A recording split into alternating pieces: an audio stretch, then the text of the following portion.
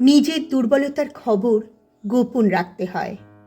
যাকে ছাড়া চলে না সে যেন কখনো না জানতে পারে এ কথা।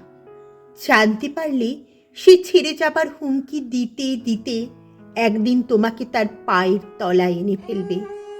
যার সঙ্গ ছাড়া নিঃসঙ্গ লাগে পৃথিবী, সে হঠাৎ করে ব্যস্ত হয়ে পড়বে শুধু তোমাকে সময় দেবার বেলায়।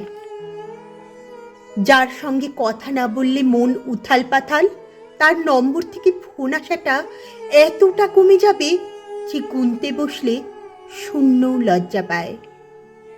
দোষ কারো না, আসলে দুর্বলতার ফায়দা তোলা মানুষদের দুর্বলতা বোঝানোটাও একরকমের নির্বুদ্ধিতা।